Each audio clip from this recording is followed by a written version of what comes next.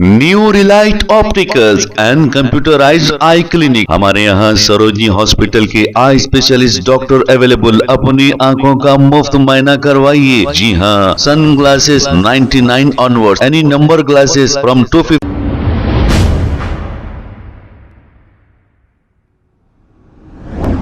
अस्सलाम वालेकुम नाजरीन, 7H न्यूज सच को रखे आपके आगे। नाजरीन, ये बात बहुत ही गौर तलब है। वैसे तो पुरानी शहर के हर इलाकों में करंट मुसलसिल जा रहा है, अब पता नहीं नए शहर में कैसा चल रहा है, लेकिन खास तौर पे बंदलागुड़ा क्रिस्टल टाउन कॉलोनी में हर आधे घंटे 1 घंटे में करंट जाता है। 15 मिनट 20 मिनट आधे घंटे तक चला जाता है।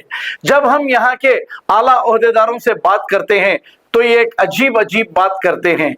एडी साहब ने कहा कि बारिश में ऐसा होता है।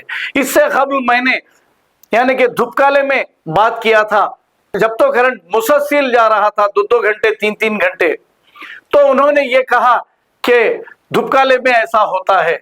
अब आप बताइए, ये जो बहाने करके आवाम को बेवकूफ बना रहे हैं, हम तो बिल बराबर बन रहे हैं, फिर यहां पर खास तौर पे बंदलागुड़ा क्रिस्टल टाउन में क्यों हरास किया जा रहा है।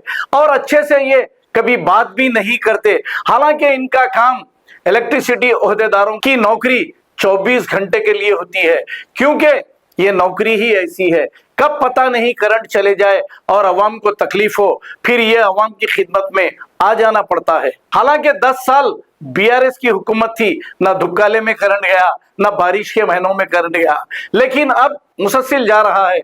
ऐसा मालूम हो रहा है कि हुकूमत को बदनाम करने के लिए ये ओहदेदारों ने अहद कर लिया। अगर ये सच है तो ऐसे ओहदेदारों पर कड़ी से कड़ी कार्रवाई होनी चाहिए।